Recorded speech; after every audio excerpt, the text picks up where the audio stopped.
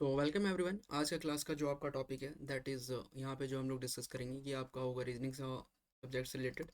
और जैसे कि आप सभी को पता है जो कि आपका एग्ज़ाम का डेट आउट हो चुका है, रेलवे का जो एग्ज़ाम का डेट आउट हो चुका है, रेलवे एग्ज़ाम 2024। और जो एग्ज़ाम का डेट आउट हो चुका है ये है आपका ALP, RPF, SI, टेक्नीशियन।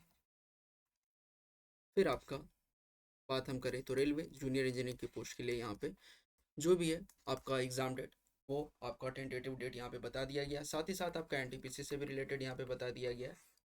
तो आज के वीडियोस में हम लोग यहाँ पे जो क्वेश्चन डिस्कशन करेंगे ये आपका सभी जो क्वेश्चन डिस्कशन होगा आपका जो प्रीवियस ईयर एग्जाम हुआ है उसके बेस पे क्वेश्चंस रहेंगे जो कि आपका अपकमिंग एग्जाम है इसके लिए काफ़ी यूजफुल होगा। तो यहाँ पे जो हम लोग क्वेश्चन डिस्कशन करेंगे ये previous year question paper discussion होगा जो कि लेवल रहेगा आपका इजी टू मॉडरेट। ठीक है। और आज का जो टॉपिक रहेगा जो हम लोग यहाँ पे सब्जेक्ट फोकस करेंगे ये होगा रीजनिंग, और यहाँ पे आपको रीजनिंग और मैथ्स रिलेटेड प्रैक्टिस क्वेश्चंस करेंगे हम लोग जो कि आपके लिए बिल्कुल ही यहाँ पे फ्री होगा। और साथ ही साथ हम लोग यहाँ पे कंप्लीट फुल मॉक टेस्ट भी डिस्कशन करेंगे। और आप मुझे अनअकैडमी पे भी फॉलो कर सकते हैं, लिंक आपको डिस्क्रिप्शन बॉक्स में प्रोवाइड कर दी जाएगी जहाँ पे आपको रीजनिंग से रिलेटेड कंटेंट फ्री में प्रोवाइड की गई है। आप वहाँ पे जा करके देख सकते हैं जो कि बहुत ही बेसिक से भी बताया गया। तो बात करते हैं यहाँ पे क्वेश्चंस पे कि आपका यहाँ पे क्वेश्चन क्या है। फर्स्ट ऑफ ऑल क्या क्वेश्चन यहाँ पे लिखा हुआ है, select the combination of letter that when sequentially placed in the blank of the given series will complete the series। A blank आपका दिया हुआ है, फिर है आपका BD, फिर है CEB, फिर आपका ब्लैंक है, फिर है आपका CEB और फिर आपका ब्लैंक है। तो फर्स्ट ऑफ ऑल ये जो लेटर सीरीज के क्वेश्चंस रहते हैं इसमें हमको क्या देखना है कि सबसे पहले यहाँ पे हमको पैटर्न पकड़ना है। जैसे कि अगर हम यहाँ पे देख रहे हैं मैक्सिमम केसेस में ऐसा होता है कि डी के पहले बी है तो बी के पहले यहाँ पे हम क्या देख रहे हैं सी, तो क्या ये चांसेस है कि आपका यहाँ पे सी हो। तो चलिए एक बार पैटर्न फॉलो कर लेते हैं। यहाँ पे क्या है, दो ब्लैंक है, फिर है आपका BD। ठीक है। अगर हम यहाँ पे देखते हैं CE तो सभी पैटर्न में हमारा यहाँ पे या तो ये होना चाहिए कि आपका सभी पैटर्न में ए के बाद सी हो, ठीक है, सी के बाद ई हो और ई के बाद बी हो और बी के बाद डी हो। या फिर आपका एक और लॉजिक फॉलो करता है जो कि आपका हो यहाँ पे कि सी के बाद यहाँ पे डी आ रहा है, दैट मीन्स इंक्रीमेंट हो रहा है या फिर डिक्रीमेंट हो रहा है। तो कोई भी पैटर्न फॉलो हो तो आपका एक प्रॉपर लॉजिक फॉलो हो तभी यहाँ पे आप उसे करेक्ट बता सकते हैं। तो अगर हम देख रहे हैं यहाँ पे ACEBD, ठीक है, तो दैट मीन्स आप सी से पहले यहाँ पे क्या था, ए था, तो ACEBD। ठीक है। फिर ACEBD तो यहाँ हमारा पैटर्न फॉलो हो रहा है, सभी में हमारा क्या आ रहा है ACEBD ही आ रहा है। ठीक है। जैसे कि यहाँ आपका CE था, फिर BD, फिर ACEBD, तो उसका करेक्ट आंसर क्या हो जाएगा, तो हमें यहाँ पे क्या चाहिए CE, फिर आपका E, फिर आपका क्या है यहाँ पे ACE है। देखो यहाँ पे CE है, फिर है आपका A। ठीक है। दैट मीन्स CE, फिर है आपका A, फिर है आपका D, फिर है आपका A और फिर है आपका D। तो CEADAD तो ये आपका किस में करेक्ट हो गया, ये हो गया आपका ऑप्शन बी में। That means correct answer is option B. Next question पर डिस्कशन करते हैं। अब देखो यहाँ पे जो क्वेश्चन है ये आपका पजल से रिलेटेड है, आपको CBT 2 में ये जरूर देखने को मिलेगा। और मैक्सिमम चांस है कि CBT 1 में भी आपको देखने को मिले, बट CBT 1 में जो रहेगा वो आपका लेवल काफ़ी ईजी रहेगा। CBT 2 में जो आपको पजल्स देखने को मिलेंगे यहाँ पे आपका ईजी टू मॉडरेट रखा जा सकता है। तो क्वेश्चंस पर डिस्कशन करते हैं। क्या बोला जा रहा है, 10 people are sitting in 2 parallel rows 1 and 2। ठीक है। दो पैरेलल रोज है, एक रोज आपका 1 है और एक रो आपका 2 है, जिसमें कि क्या बोल रहा है ABCD and D are sitting in row 1 facing the north. Row 1 में कितने नंबर ऑफ पर्सन है, 1 2 3 4 5, जो कि आपका नॉर्थ में बैठे हुए हैं। ठीक है। तो नॉर्थ फेसिंग किए हुए हैं, दैट मीन्स यहाँ पे क्या हो जाएगा, इन रो 1 फेसिंग द नॉर्थ। ठीक है। जो ABCD है ये किस में रो में बैठे हुए हैं, 1 में। अब ये किधर फेसिंग किए हुए, नॉर्थ में, तो कितने नंबर ऑफ पर्सन है, 2 2 4 1 5, 1 2 3 4 5। रो 2 में क्या बैठ रहे हैं, अब जो रो 2 में बैठे हुए हैं वो किधर आपका किए हुए हैं, फेसिंग साउथ। 1 2 3 4 5। अब देखो यहाँ पे क्या लिखा हुआ है, in such way that each member in row 1 faces a member of row 2। तभी हम इस तरह का स्ट्रक्चर बनाए। यहाँ पे बोल रहा है कि जो रो 1 में पर्सन बैठे हुए हैं और रो 2 में पर्सन बैठे हुए हैं, दोनों एक दूसरे की तरफ फेस कर रहे हैं, तभी आपका इस तरह से पैटर्न बनेगा। जो देखो रो 2 में बैठा हुआ है ये किधर कर रहा है, इसके लिए साउथ हो गया इधर, और जो रो 1 में है इसके लिए नॉर्थ हो गया।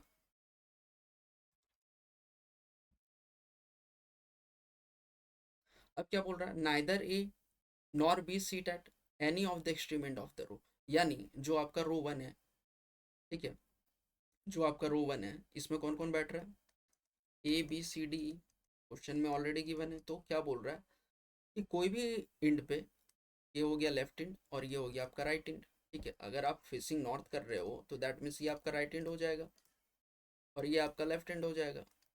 ठीक है, वहीं आप फेस साउथ करोगे तो क्या हो जाएगा, राइट हैंड आपका इधर आ जाएगा और लेफ्ट हैंड आपका इधर आ जाएगा। ऑलरेडी क्लासेस में हम लोगों ने डेटा जो कॉन्सेप्ट है डिस्कशन किया है।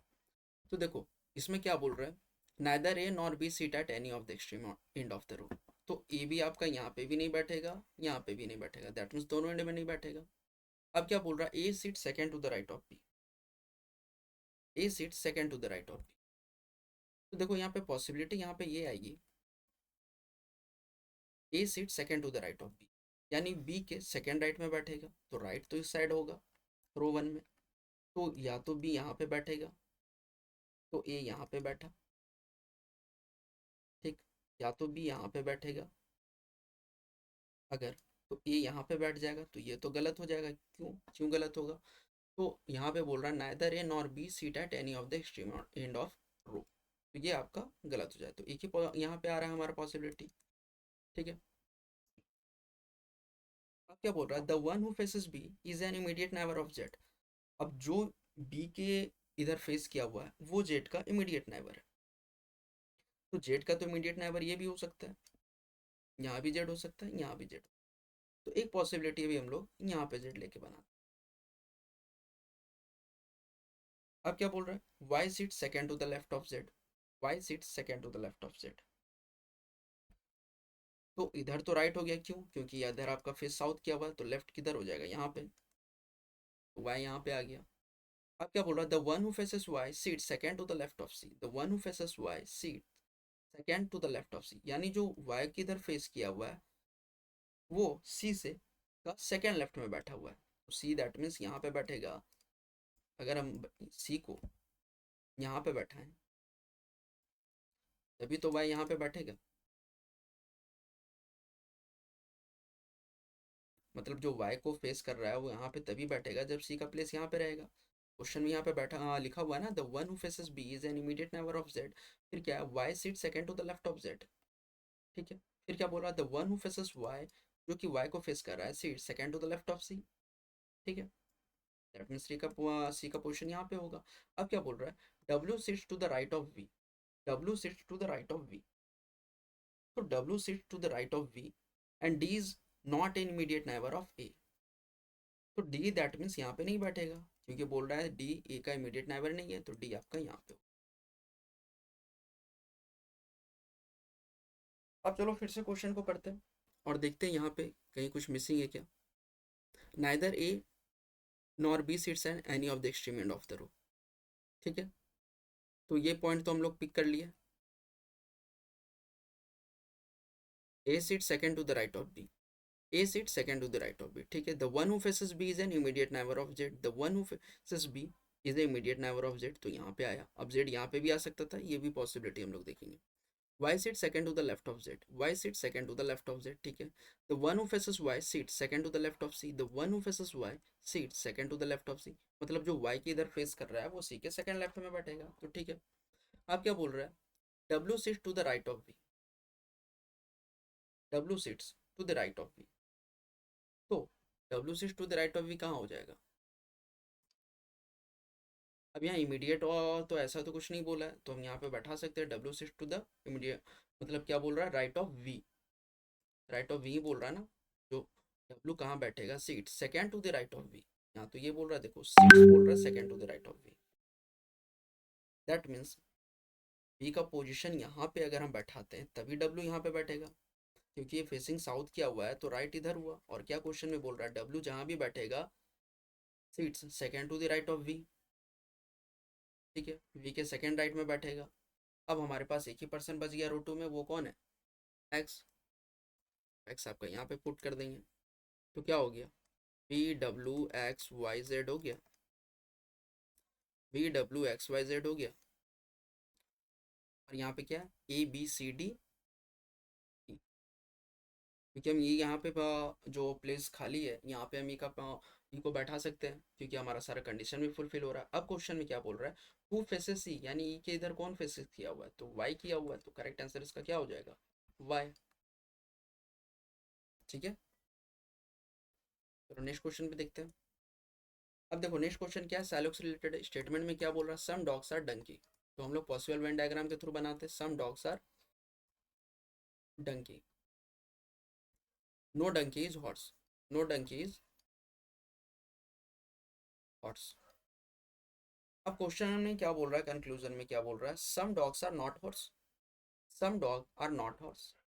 तो ये देखो ये ट्रू होगा, क्यों? क्योंकि ये पार्ट जो आप देख रहे हो ये क्या डंकी में है, ये जो डॉग का पार्ट है ये किस में मिला हुआ? डंकी में मिला हुआ है। तो दैट मीन्स जो पार्ट आपका डंकी में मिला हुआ है, जो डॉग का पार्ट डंकी में मिला हुआ, वो तो हॉर्स नहीं है, क्योंकि डंकी का कोई रिलेशन नहीं है हॉर्स के साथ। यहाँ पे लिखा हुआ नो डंकी इज हॉर्स, तो हॉर्स का भी कोई रिलेशन नहीं है डंकी के साथ। दैट मीन्स ये हो गया आपका ट्रू। अब क्या बोल रहा है? सम हॉर्सेस आर डॉग। तो देख रहे हैं हम हॉर्स और डॉग में कोई डायरेक्ट रिलेशन स्टैब्लिश नहीं हो रहा है। और जो पॉसिबल वैन डायग्राम से है, हम ये पॉसिबल वैन डायग्राम से ये देख पा रहे हैं कि हॉर्स और डॉग में कोई रिलेशन नहीं है। दैट मतलब there is no direct relation between horse and dogs, maybe it is possible. अब ये देखो यहाँ पे अगर पॉसिबिलिटी होती, अगर यहाँ पे पॉसिबिलिटी होती तो ये ट्रू हो जाती, क्योंकि ऑलरेडी हम लोगों ने पॉसिबिलिटी वाला भी केसेस पढ़ा है, बट यहाँ पे पॉसिबिलिटी नहीं है। कंक्लूजन में हम लोग 100% ट्रू कब लिखते हैं? कोई भी कंक्लूजन ट्रू होता है वो कब होता है? जब तक वो 100% ट्रू हो जाए, दैट मीन्स डेफिनेट। ठीक है, जब तक वो 100% ट्रू नहीं होता है तब तक हम लोग उसे फॉलो नहीं करवाते, या तब तक वो फॉलो नहीं होता है, एक्सेप्ट आपका पॉसिबिलिटी का केस में। प्रॉब्लम जो आपका पॉसिबिलिटी का पूछा जाता है, अगर यहाँ पे पॉसिबिलिटी पूछता तो ट्रू हो सकता था, लेकिन वही हम लोगों ने ओनली अ फ्यू का कॉन्सेप्ट भी देखा है। ठीक है, तो सम हॉर्सेस आर डॉग्स क्या हो जाएगा? फॉल्स हो जाएगा। तो यहाँ पे एक ही कंक्लूजन फॉलो कर रहा है, दैट इज कंक्लूजन वन। तो कंक्लूजन वन कौन सा ऑप्शन में है? डी ऑप्शन में। तो करेक्ट आंसर हो गया आपका ऑप्शन डी। देखो यहाँ जो आपका रेलवे के एग्जाम में जो पूछा जाएगा ना, रेलवे के एग्जाम में जो आपका पूछने वाला है मैथ और रीजनिंग की, अगर अभी हम बात करें तो ये आपका इजी टू मॉडरेट लेवल ही पूछने वाला है। ठीक है, रीजनिंग की अगर हम बात करें एग्जाम में, रीजनिंग की अगर हम बात करें तो ज़्यादा से ज़्यादा आपसे जो फोकस क्वेश्चंस रहेंगे या ज़्यादा क्वेश्चंस के वेटेज रहेंगे आपका फिगर बेस्ड पे रहेगा। ठीक है, जो हम कह सकते हैं कि आपका काउंटिंग नंबर ऑफ फिगर्स पूछे, जैसे counting number of triangles, rectangles. ठीक है, या वो कोई फिगर दे के बोल दे उसमें कि स्क्वायर्स कितने होते हैं, तो ऑलरेडी हम लोगों ने कॉन्सेप्ट इसका देखा है कि कैसे काउंट करना है। फिर आपका रोटेशन वाला पूछेगा, फिगर रोटेशन वाला, कि नेक्स्ट फिगर क्या होगा, क्या पैटर्न फॉलो हो रहा है। मोस्ट इंपॉर्टेंट एनोलॉजी पूछेगा, कोडिंग डिकोडिंग, ब्लड रिलेशन। तो ये सब पे थोड़ा ज़्यादा फोकस रहता है, आप देख भी सकते हैं प्रीवियस ईयर का क्वेश्चन पेपर उठा करके। ठीक है, तो ये सब पे थोड़ा ज़्यादा फोकस किया जाता है, ब्लड रिलेशन, सैलोग्स। ठीक है, चलो नेक्स्ट क्वेश्चन पे आते हैं। अब देखो, select the option that is related to the fifth letter cluster in the same way as the fourth letter cluster is related to the third letter. Simple सी बात यही है कि यहाँ पे जो पैटर्न फॉलो हो रहा है इसी पैटर्न पे आपको इसका आंसर बताना है। तो फर्स्ट ऑफ ऑल अगर हम देखिए क्या लिखा हुआ, EYBRD, इसको क्या लिखा है? BBYIW।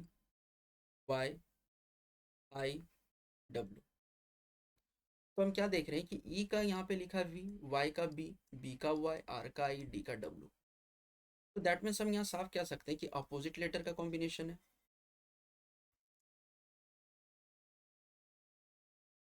अपोजिट लेटर आ रहा है, ई का अपोजिट क्या होता है? V, B का अपोजिट क्या होता है? Y, I का अपोजिट क्या होता है? R, D का अपोजिट क्या होता है? W, H का अपोजिट क्या होता है? S। तो अल्फ़ाबेट अपोजिट लेटर्स होते हैं। अब हम लोग ने क्लासेस में ऑलरेडी इसमें डिस्कशन भी किया था कि किस तरह से आप इसे याद रख सकते हैं। अब देखो अगर आप याद नहीं रखोगे तो फर्स्ट ऑफ ऑल आपको क्या करना होगा कि अपोजिट ले मतलब पहले तो ABCD M तक लिखोगे, फिर N से उल्टा लिख दोगे नीचे से। ये भी एक ट्रिक है, लेकिन इसमें आपका मान के चलो कि 1 मिनट तो लग जाएगा, लेकिन अगर आपको याद है तो आप यहाँ पे 1 मिनट अपना बचा सकते हो। ठीक है। तो जो आपका याद करने का ये ट्रिक हम लोगों ने क्या देखा था, जैसे ई का अपोजिट वी होता है तो क्या होता है, इवनिंग। इससे आप याद कर सकते हो। बी का अपोजिट वाई होता है तो यहाँ पे क्या है, बॉय। आई का अपोजिट आर होता है तो दैट मीन्स, ये तो बहुत इजी याद हो जाएगा क्योंकि आप रेलवे का एग्जाम भी दे रहे हो, तो क्या हो जाएगा, इंडियन रेलवेज। आई का अपोजिट आर। एच का अपोजिट एस तो क्या हो गया, हाई स्कूल। ठीक है। फिर बात करें डी का अपोजिट डब्ल्यू तो हो गया डी यू। और भी लेटर्स है, जैसे कि एम का उल्टा एन होता है तो क्या हो गया, एम ई एन मैन।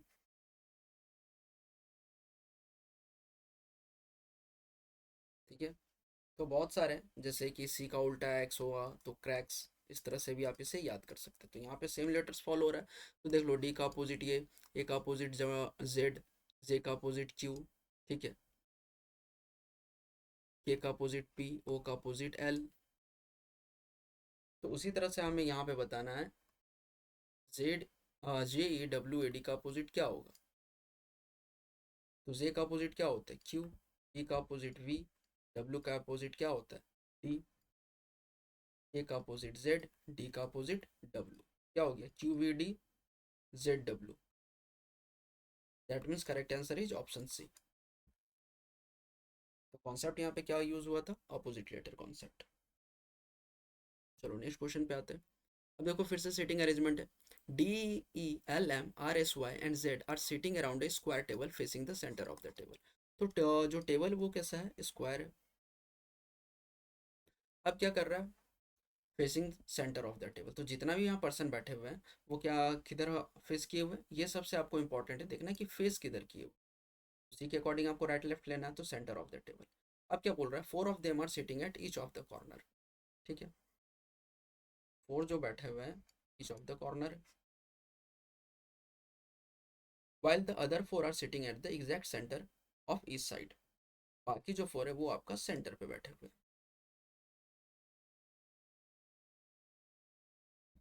तो यहाँ तक क्लियर हो गया। अब इसमें हमें क्या पता चलेगा, यहाँ पे दिया हुआ D, E, L, M, R, S, Y और जेड। इसमें क्या कैसे पता चलेगा कि कौन सा सेंटर पे बैठा हुआ और कौन सा आपका मिडिल पे बैठा हुआ है। तो क्वेश्चन में क्या लिखा हुआ है, D sits in the middle of one of the side of the table. तो डी जहाँ भी बैठेगा मिडिल पे बैठेगा। ठीक है। तो चलो डी को यहाँ पे बैठाते हैं। आप कहीं पे भी बैठा सकते हैं मिडिल पे। Only one person sits between D and D. अब देखो डी और ई के बीच में वन पर्सन है तो ई का पोजीशन यहाँ पे भी हो सकता है। और एक पॉसिबिलिटी अगर हम ड्रॉ करें यहाँ पे, पहले तो 4 पर्सन आपका मिडिल पे थे, फिर 4 पर्सन कॉर्नर पे।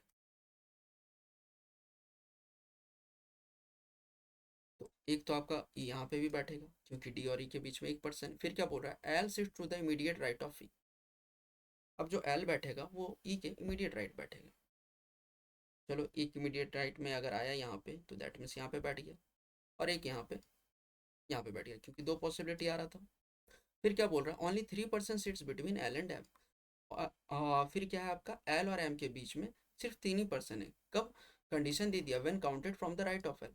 एल के राइट से अगर हम काउंट करें तो एल और एम के बीच में 3 ही पर्सन है। तो दैट मीन्स 1 2 3। तो यहाँ हो गया एम,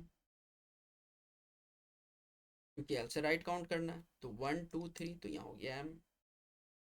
ठीक है, यानी उसके डायगोनली बैठ रहा है। R is a immediate neighbour of L.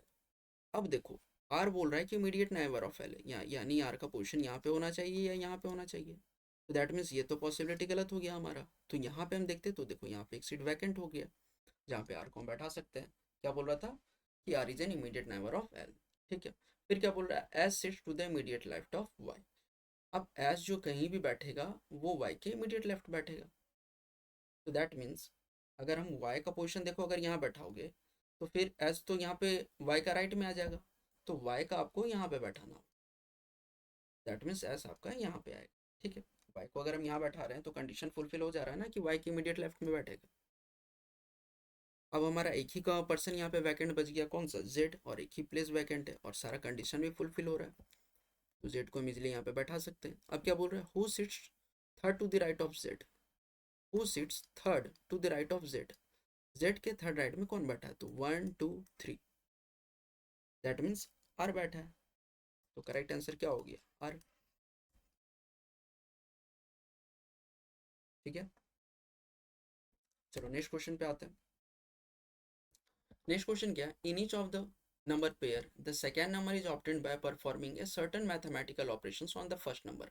Suppose करो ये फर्स्ट नंबर है, ठीक है, तो क्या बोल रहा है, three of the following pair follow the same pattern, मतलब जो चार ऑप्शन दिया हुआ है इसमें से तीन पैटर्न सेम फॉलो पैटर्न कर रहा है, तीन जो ऑप्शन है सेम जो पैटर्न है वो फॉलो कर रहा है।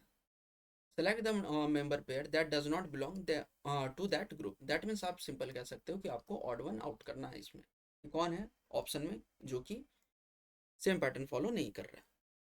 तो चलो फर्स्ट ऑप्शन हम देखते हैं क्या है, 21 420।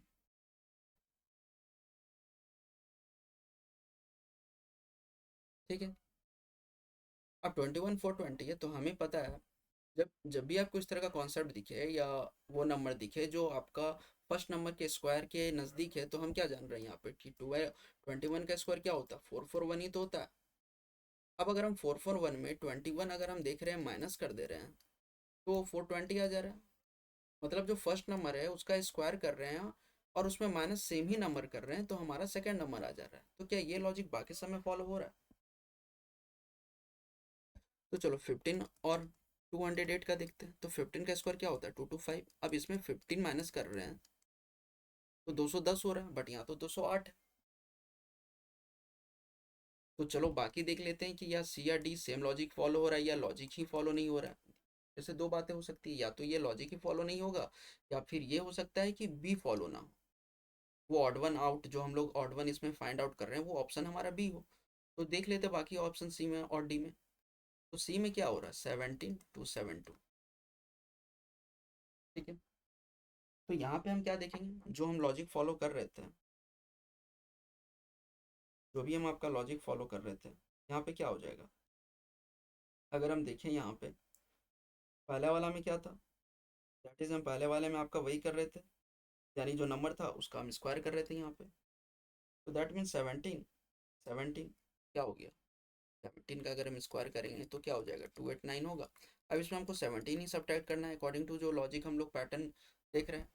तो 9 में 7 घटा 2, 8 में 1 घटा 7, तो 272 है। चलो यहाँ पे भी पैटर्न फॉलो हो गया, दैट मीन्स 289 17 का स्क्वायर, फिर इसमें हम लोग 17 सब्ट्रैक्ट कर दिए तो 272 आ गया। तो डी में भी सेम पैटर्न फॉलो होना चाहिए, तो 25 का स्क्वायर 625, फिर -25 600। ठीक है, तो करेक्ट आंसर इसमें क्या हो गया, अगर हम देखें तो सिर्फ ऑप्शन बी ही हमारा फॉलो नहीं कर रहा है। 15 का स्क्वायर क्या हो गया, 15 का स्क्वायर क्या हो गया, 225 हो गया। अब 225 में अगर हम 15 सब्ट्रैक्ट करें तो 210 होना चाहिए यहाँ पे, बट यहाँ तो 208 है। तो दैट मीन्स करेक्ट आंसर आपका ऑप्शन बी हो गया। लॉजिक क्या हो रहा था, फर्स्ट नंबर का आप स्क्वायर करो और उसी में सेम नंबर सब्ट्रैक्ट करो, तो आपका सेकेंड नंबर आ रहा है। ठीक है, next now move to the next question.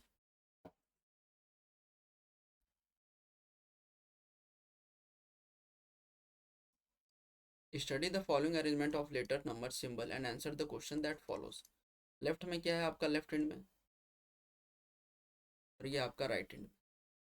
क्या बोल रहा है, how many such letters are there in the above series each of which is immediately preceded by symbol and immediately followed by number. ठीक है, दैट मीन्स कितना letters है above series में, कौन सा सीरीज में, यही सीरीज में। एक्चुअली इस टाइप का क्वेश्चन आपको बैंकिंग के एग्जाम में देखने को मिलता है। ठीक है, बट ये आपका जो क्वेश्चन है CBT 2 में पूछा गया क्वेश्चन है। ठीक है, ये जो क्वेश्चन आपका है ये CBT 2 में, रेलवे के CBT 2 में पूछा गया क्वेश्चन है। तो क्या, how many such letters are there in the above series which of is immediately preceded by symbol and immediately followed by number. That means यहाँ कॉम्बिनेशन क्या होना चाहिए, कितना सच लेटर है जो लेटर से जस्ट पहले आपका क्या है, सिंबल है, और लेटर के जस्ट बाद आपका क्या है, नंबर। तो सिंबल लेटर नंबर का कॉम्बिनेशन हमें देखना है। तो फर्स्ट ऑफ ऑल हम यहाँ से देखना स्टार्ट करें तो एक कॉम्बिनेशन आया, सिंबल लेटर नंबर। अब देखो यहाँ सिंबल है फिर नंबर है, ये तो नहीं होगा। फिर हम देखें सिंबल नंबर आ जा रहा है, फिर तो सिंबल के बाद तो आपका नंबर आना चाहिए, मतलब लेटर आना चाहिए। तो देख रहे हैं हम यहाँ पे सिंबल है, लेटर है। तो देखो यहाँ पे कॉम्बिनेशन बना सिंबल लेटर नंबर। फिर हम देखें सिंबल तो यहाँ पे है, बट यहाँ पे फिर आपका सिंबल है, तो ये आपका नहीं बनेगा। फिर और कोई है क्या, तो और कोई भी नहीं। तो दो ही पैटर्न बन रहा है, ठीक है। एक ये हो गया आपका, दूसरा आपका ये। That means correct answer is option C. Option C ही है ना। How many such letter are there in the above series, एक बार चलो क्रॉस चेक कर लेते हैं। How many such letter are there in the above series, each of which is immediately preceded by symbol and immediately followed by number. तो चलो question में क्या था कि वो आपका लेटर जिससे जस्ट पहले सिंबल हो और लेटर के जस्ट बाद नंबर हो, तो कॉम्बिनेशन क्या बन रहा था, सिंबल लेटर नंबर का। तो यहाँ से हम लोगों ने देखा एक था आपका सिंबल लेटर नंबर, ठीक है। फिर तो यहाँ सिंबल है, यहाँ लेटर रहना चाहिए, तो ये नहीं होगा। फिर आपका यहाँ पे सिंबल है लेटर नंबर, ठीक है। फिर और कोई आ रहा है क्या, तो देखो एक यहाँ पे छूट रहा था हमारा। अभी हम लोगों ने जब क्रॉस चेक किया तो क्या आ रहा था, यहाँ पे भी तो है सिंबल, फिर लेटर और नंबर। दैट मीन्स यहाँ टू नहीं होगा, यहाँ पे आपका थ्री हो जाएगा। तीन आ रहा है ना। ये जब भी एग्जाम में है तो आप लोग इसे क्रॉस चेक कर लेना, ऐसा आपसे मतलब हो सकता है कुछ कैंडिडेट से कि आपका यहाँ पे छूट जाए। तो ये आपको देख लेना, और सबसे पहले यहाँ पे ये इस पे फोकस करना है पैटर्न पे कि यहाँ कौन सा पैटर्न हमें फाइंड आउट करना है, ठीक है। तो यहाँ पे हम देख रहे हैं कि तीन पैटर्न टोटल आ रहा है, क्योंकि आपका कौन सा पैटर्न पे, सिंबल लेटर नंबर पे। करेक्ट आंसर क्या हो जाएगा, ऑप्शन बी, थ्री।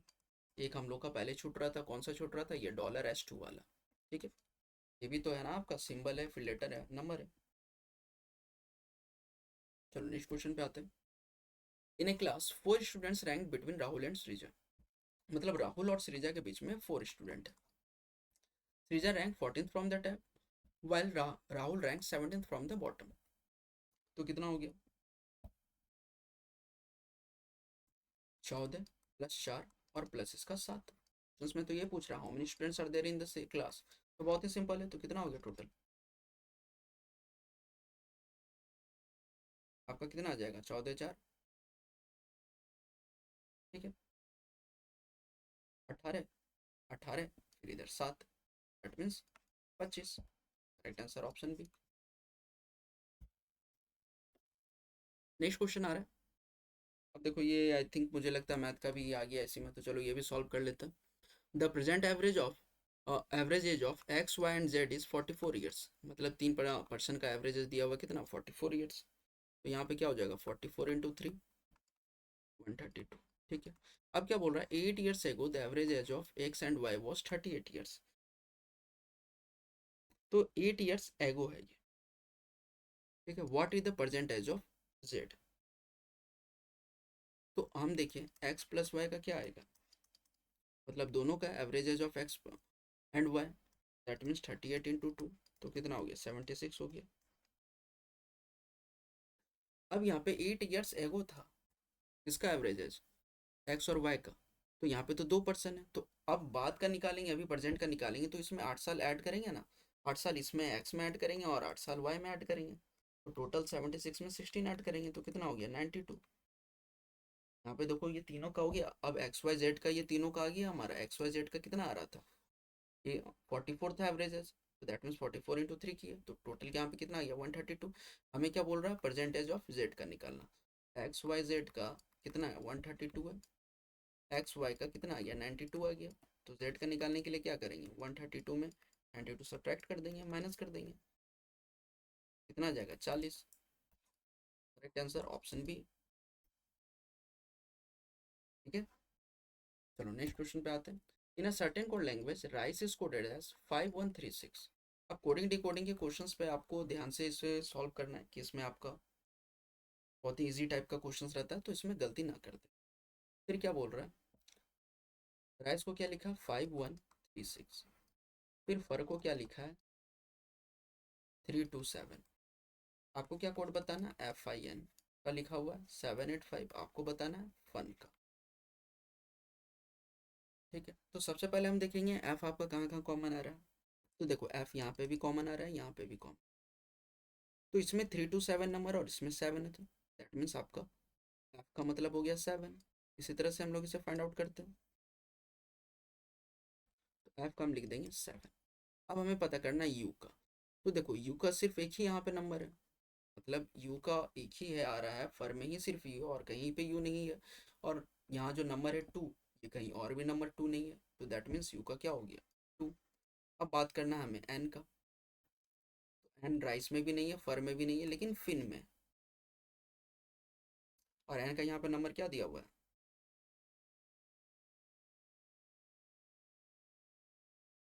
एन का नंबर यहाँ पे क्या दिया हुआ है,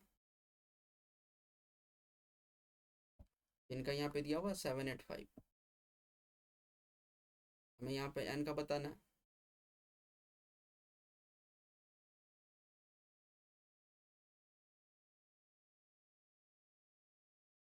FIN। अब चलो यहाँ पे देखो, यहाँ पे तो बोलोगे कि यहाँ पे 8 भी है 5 भी है, ठीक है। तो एन का 5 हो जाएगा या आई का 8 होगा या आई का 5 होगा, यहाँ पे दो कौन बातें हो सकती है, या तो आई का 8 होगा या तो 5 होगा, या तो एन का 8 होगा या तो 5 होगा। तो हम ये यहाँ से कैसे फाइंड आउट करेंगे कि आई का क्या है और एन का क्या है। तो जैसे ही हमारा यहाँ पे पॉइंट जाता है राइस पे, तो हम क्या देख रहे हैं, 8 और 5 में एक आपका यहाँ पे आ जा रहा है 5। किस में आ जा रहा है, कहाँ पे, जहाँ पे आई आपका कॉमन है। तो यहाँ से हम कह सकते हैं कि आई का हो गया 5, दैट मीन्स एन का क्या बच गया 8। यहाँ पे क्या हो जाएगा, एन का 8 होगा। ठीक है, तो आप समझ में आया यहाँ पे कि एन का 8 कैसे हुआ और आई का 5 कैसे हुआ। एन का क्या हो जाएगा 8, तो आप इसे ऐसे भी लिख सकते हो 872। आपसे पूछा गया फन का प्रोबेबल कोड क्या होगा, तो क्या हो जाएगा 872। Correct answer is option C.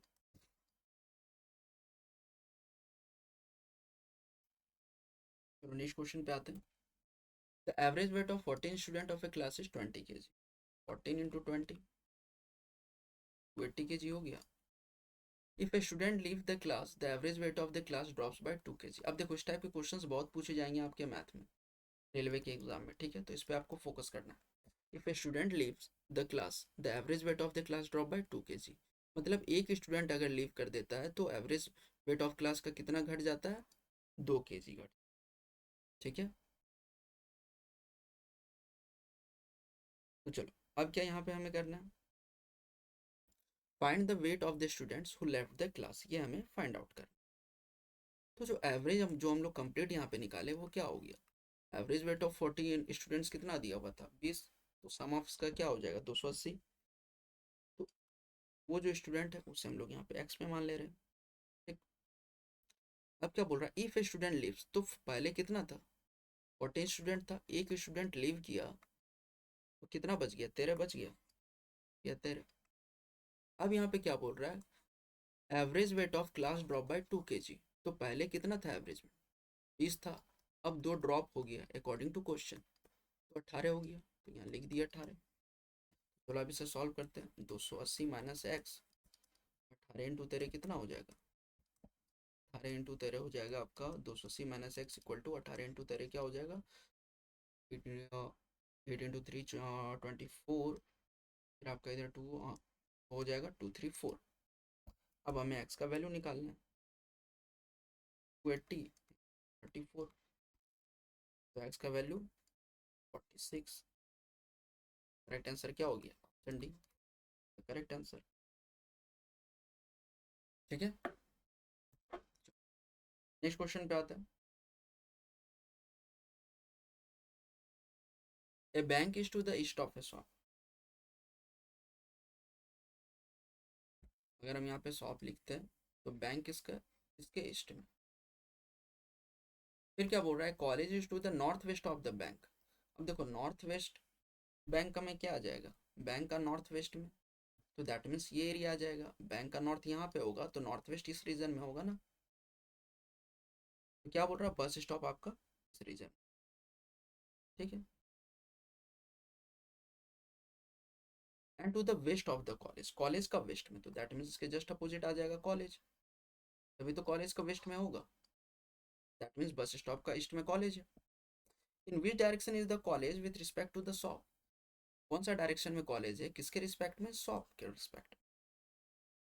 तो शॉप के रिस्पेक्ट में क्या आ जाएगा, अब देखो नॉर्थ हो गया, ये हो गया साउथ, ये हो गया वेस्ट, ये हो गया ईस्ट, तो यहाँ पे हम करें क्या हो जाएगा, ये जो एरिया है आपका, ये नॉर्थ ईस्ट कहीं में तो एरिया में तो आएगा कॉलेज वाला, ठीक है। इसके रिस्पेक्ट में पूछ रहा था शॉप के रिस्पेक्ट में, तो क्या आ जाएगा नॉर्थ ईस्ट, तो correct answer option B, north east is the correct answer. Next question पे आते हैं। अब देखो फिर से है आपका puzzle related, there are 8 persons, Manoj, Nitya, Varun, Pranay, Kali, Reva, Sharyu, and Tina. All of them are sitting in a straight row and all are facing north but not necessarily in the same order. ठीक है, सब same order में नहीं बैठा हुआ, लेकिन यहाँ पे डायरेक्शन दे दिया किधर बैठा हुआ, facing north.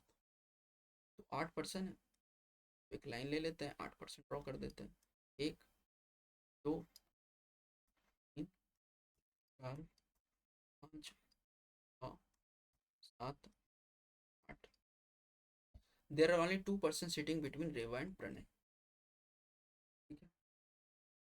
The number of person between Kali and Manoj is the same as the number of persons sitting between Pranay and Saryu. Varun is not a neighbor of Saryu. Saryu is sitting to the immediate left of Nitya. मतलब सरयू जो बैठा वो immediate left of Nitya, Nitya के just left में। Kali sitting second to the left of Reva, Kali जो है वो आपका कहाँ बैठा है, sitting second to the left of Reva. अब देखो जब भी इस टाइप का पजल हो ना, हमें वो स्टेटमेंट पिक करना है जिसका पॉसिबिलिटी एकदम जीरो हो, और आप सिंपल ये कह सकते हो कि उसका एग्जैक्ट लोकेशन पता हो। एग्जैक्ट लोकेशन कहने का मतलब, अब देखो अगर हम ये लाइन पढ़ें, Reva is fourth from the extreme right end, तो ये आप कह सकते हो कि एग्जैक्ट इसमें पॉसिबिलिटी क्या आएगी, राइट एंड तो यही है आपका, फेसिंग नॉर्थ है, तो राइट एंड यहाँ हो गया, लेफ्ट हैंड इधर हो गया। तो क्या बोल रहा है, Rewa is fourth from the extreme right hand, तो 1 2 3 4, तो यहाँ पे रीवा बैठ जाएगी, तो ये हो गया आपका zero possibility, that means exact location इसका पता चल। अब जो हम नेक्स्ट पॉइंट लेंगे तो वो रीवा के रिस्पेक्ट में लेंगे, क्यों, क्योंकि रीवा का तो लोकेशन हमें पता चल गया।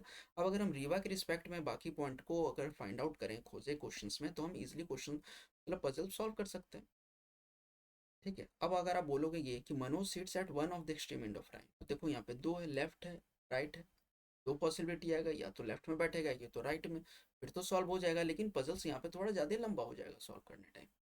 तो अब क्या देख रहे हैं हम यहाँ पे, अब रीवा के रिस्पेक्ट में अगर हम फाइंड आउट करें तो क्या, Kali sitting second to the left of Reva, second to the left, तो 1 2, तो काली आपका यहाँ पे बैठ जाएगा, ठीक है। अब देखो, अब हम क्या पॉइंट में देखेंगे, काली और रीवा के रिस्पेक्ट में देखेंगे, तो क्या बोल रहा है, Tina sits to the immediate right of Kali, तो काली यहाँ पे इमीडिएट राइट क्या हो जाएगा, टीना। तो अब हमारे पास तीन पर्सन का नाम आ गया, काली, टीना और रीवा। तो इस तीनों के पर्सन में देखेंगे कि किसके रिस्पेक्ट, अगर इस रिस्पेक्ट में इसको पॉइंट आउट करके कोई पर्सन अपना एड्रेस बताना चाह रहा है पजल्स में, तो वो सब हम देखेंगे। तो क्या बोल रहा है, there are only 2% sitting between Reva and Pranay, तो देखो या तो प्रणय फिर यहाँ बैठेगा या तो प्रणय यहाँ पे बैठेगा, ठीक है। अब क्या बोल रहा है, the number of sitting between Kali and Manoj is the same number of person sitting between Pranay and Saryu.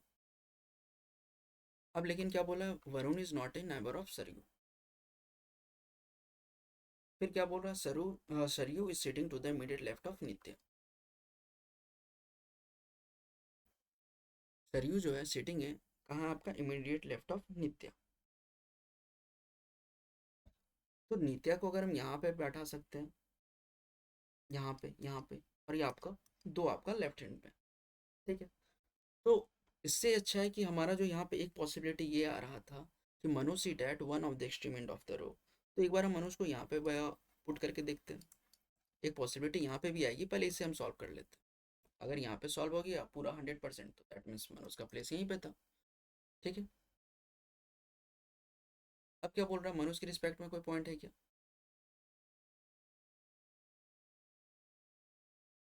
There are only 2% sitting between Reva and Pranay, तो देखो रेवा एंड प्रणय हो जा रहा है, तो प्रणय या तो यहाँ पे बैठेगा या तो यहाँ पे बैठेगा। ठीक है, एक पॉसिबिलिटी अगर हम यहाँ पे लेके बनाए,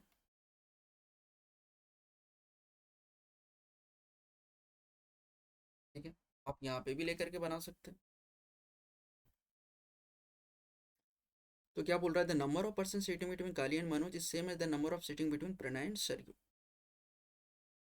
तो काली और सरोज के बीच में जितने नंबर ऑफ पर्सन बैठे हैं, प्रणय और सरयू के बीच में भी उतने नंबर ऑफ पर्सन बैठेंगे। तो काली और सरयू आप कहाँ बैठेगा, सरयू या तो यहाँ बैठ सकता है या तो यहाँ बैठ सकता है, और प्रणय का अगर हम यहाँ प्लेस लिए हैं तो यहाँ पे बैठ सकते हैं। तो अगर हम सरयू का यहाँ पे बैठा है, ठीक है, यहाँ पे तो वही बोल रहा है ना, the number of person sit between Kali and Manoj is same as the number of sitting between Pranay and Sarayu. Kali and Saroj और प्रणय और सरयू का यहाँ पे सेम रहने वाला है।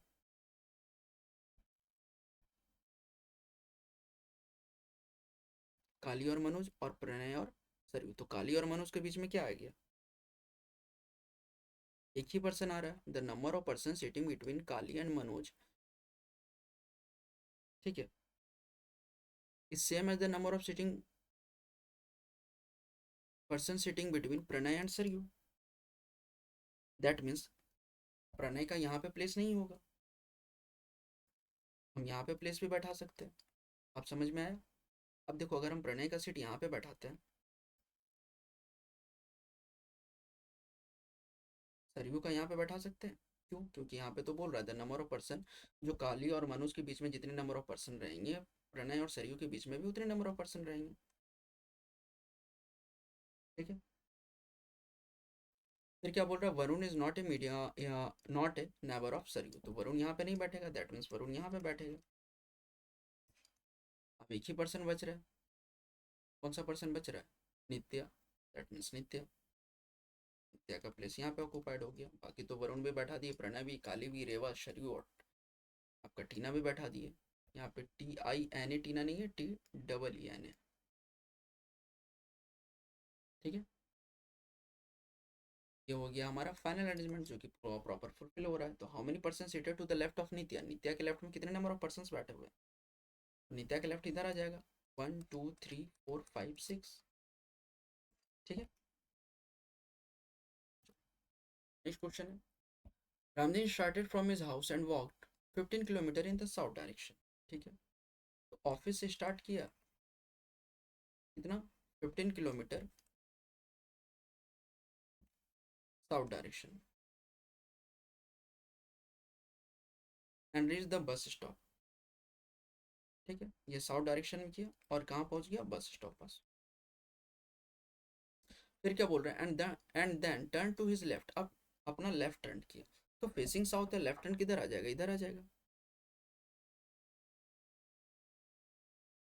And walk 8 kilometer straight on the road, तो 8 kilometre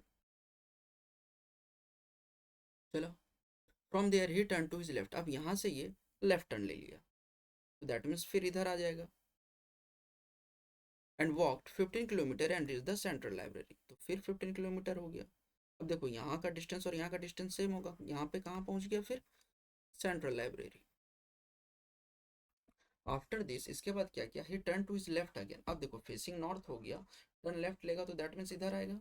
and walk 4 kilometer to reach his hostel, तो यहीं तक आएगा, क्योंकि ये कंप्लीट 8 किलोमीटर है, तो इसका आधा ही चला। 8 का आधा कितना होता है, 4। तो यहाँ पे पहुँच गया कहाँ, ये hostel.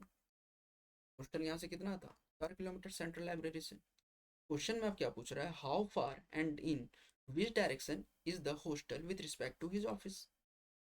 How far and in which direction is the hostel with किसके रिस्पेक्ट में, ऑफिस के रिस्पेक्ट में। तो ऑफिस के रिस्पेक्ट में कहाँ पे आ गया ये तो आपका इधर ही आ रहा है। और कितना डिस्टेंस है, तो 8 - 4, ये तो कंप्लीट 8 हो गया ना, और ये 4 डिस्टेंस कवर कर चुका है, तो बच गया कितना, 4। ठीक है, नेक्स्ट क्वेश्चन पे आते हैं। नेक्स्ट क्वेश्चन पे आपका क्या है,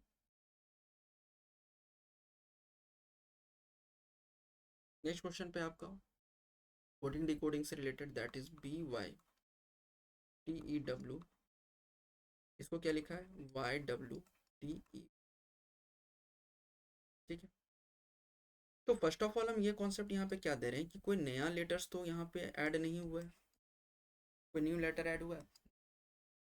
फिर हम दूसरा क्या देख रहे हैं कि आपका यहाँ पे क्या आ रहा है, वाई है, डब्ल्यू है। तो चलो सबसे पहले इसका पोजीशन वैल्यू पुट कर देते हैं। तो बी का अल्फ़ाबेटिकल वैल्यू क्या होता है 2, वाई का 25, टी का 20, ई का 5, डब्ल्यू का कितना होता है 23। ये भी हम लोगों ने क्लासेस में देखा था कि किस तरह से आप इसे याद रख सकते हैं। वाई का 25, डब्ल्यू का 23, टी का 20, ई का 5, बी का 2। तो हम साफ साफ यहाँ देख रहे हैं क्या है, दैट इज डिक्रीजिंग ऑर्डर में है। तो क्या सेम लॉजिक यहाँ पे भी फॉलो होना चाहिए फिर। तो क्या A M F Q C, इसको क्या लिखा है Q M F C A. A का अल्फ़ाबेटिकल वैल्यू क्या होता है 1, या पोजीशन वैल्यू बोल दो, एम का 13, एफ का कितना होता है 6, क्यू का 17, सी का 3। ठीक है। तो अब देखो क्यू का कितना हो गया, दैट मीन्स अगर डिक्रीजिंग ऑर्डर में तो सबसे पहले यहाँ 17 है, सबसे ज़्यादा बड़ा तो वही है 17, दैट मीन्स क्यू का वैल्यू तो सबसे पहले वही आना चाहिए, तो यही आया। फिर क्या आना चाहिए 13, तो ये आ गया। फिर अब क्या आना चाहिए 6, फिर 3, फिर 1। तो सेम लॉजिक फॉलो हो रहा है। तो इसी पे हमें बताना है कि T I L D W का क्या होगा। तो टी का कितना होता है 20, आई का 9, एल का कितना होता है 12, डी का 4 और डब्ल्यू का 23। तो सबसे पहले क्या हो जाएगा डब्ल्यू 23, फिर 20, दैट मीन्स टी। फिर क्या आ जाएगा यहाँ पे अब 12, तो 12 का एल। फिर क्या आ जाएगा आई, आई का 9। फिर क्या आ जाएगा डी, डी का, तो that means W T L I D, W T L I D. Correct answer is option D. चलो नेक्स्ट क्वेश्चन देखते हैं। The following question is based on the given words. अब कौन सा वर्ड दिया हुआ है यहाँ पे, तो वर्ड को लिख ले। और रैम्प, रैंग, सैंड।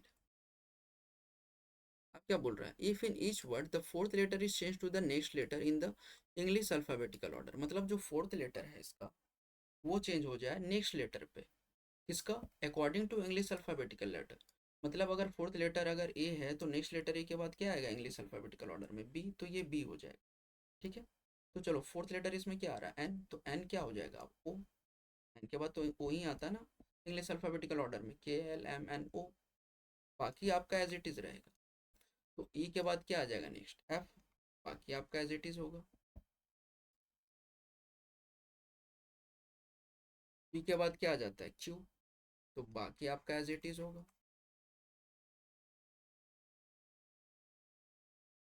जी के बाद क्या आता है, ई के बाद क्या आ जाता है ई, बाकी आपका एज इट इज। अब क्या कंडीशन लगा रहा है, how many letter cluster thus found will have two vowels. कितना जो लेटर है इसमें जिसमें दो वॉवल आ रहा है। तो यहाँ हम क्या देख रहे हैं, एक तो पी एल ए ओ है, यहाँ पे दो वॉवेल है ए ओ। और वॉवेल कितना होता है ए ई आई ओ यू। अब देखो एफ ओ आर एफ में तो एक ही वॉवेल है ना वो, बट हमें क्या बोल रहा है यहाँ दो वॉवेल। अब यहाँ पे तो ए एक ही वॉवेल है, आर ए एन एच में भी एक ही वॉवेल है, लेकिन हम ऐसे एम ई में देखें तो वो दो वॉवेल है। कौन कौन सा दो वॉवेल है ए ई, तो दो कौन सा हो गया पी एल ए ओ ऐसे एम ई। चलो एक बार और क्रॉस चेक कर लेते हैं कहीं गलती तो ना हो जाए कुछ। तो देखो एफ ओ आर एफ में देख लिए कोई और नहीं है, ठीक है एक ही वॉवेल है, आर ए एम में एक ही वॉवेल है, आर ए एन एच में एक ही वॉवेल है, ऐसे वॉवेल है। ठीक है। एन के बाद ओ है, ई के बाद एफ होता है, पी के बाद क्यू, जी के बाद एच, टी के बाद ई। चलो बिल्कुल करेक्ट है। यहाँ पे क्या हो जाएगा आपका, that is option D only. ठीक है।